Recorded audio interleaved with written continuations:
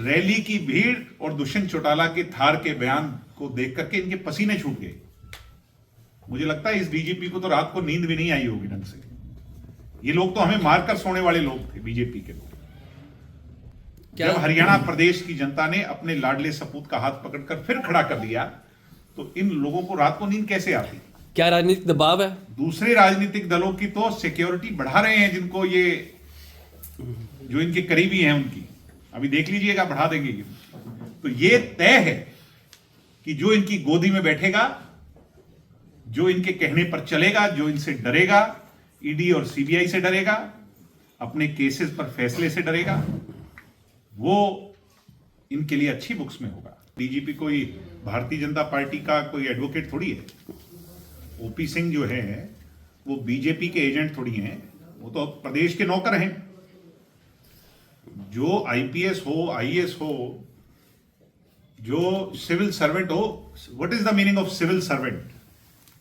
Servant, servant का मतलब क्या हुआ? चौधरी देवीलाल क्या कहते थे जो इन्हें गांव में ले जाते थे, बड़े बड़े अधिकारियों को?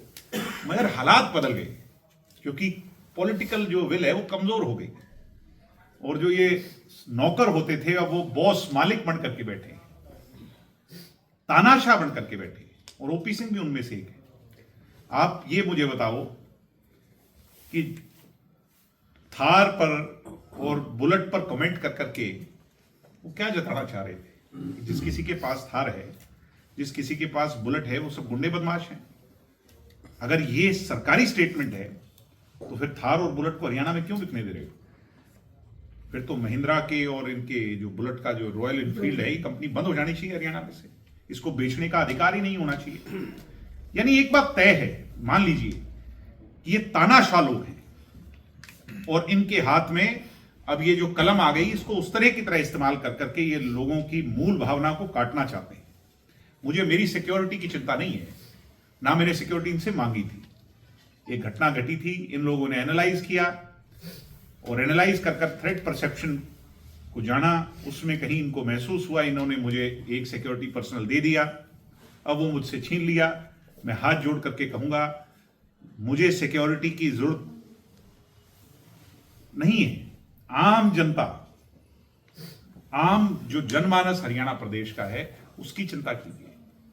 दिन दहाड़े नित नए सवेरे घरों में माएं जब अपने बच्चों को काम के लिए बाहर भेजती हैं, तो ओपी सिंह अपनी आंखें खोल करके देखो। पिछले दिनों उनकी चिंता कौन करेगा? आपको एक थ्रेट भी मिली थी।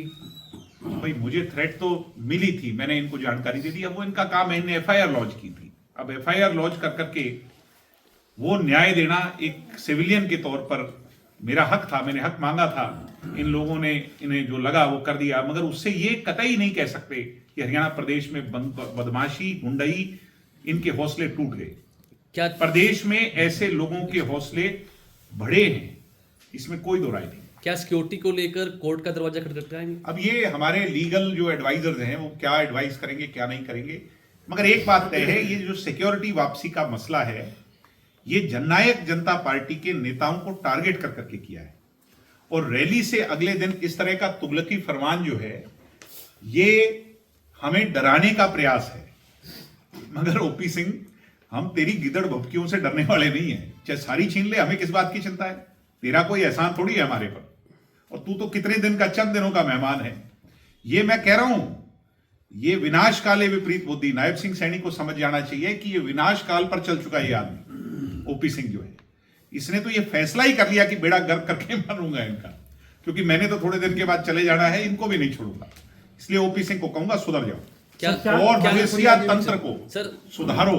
और ओपी सिंह, एक बात समझ लेना, मुझे मेरी पार्टी के किसी कार्यकर्ता को तेरे से कोई डर नहीं है।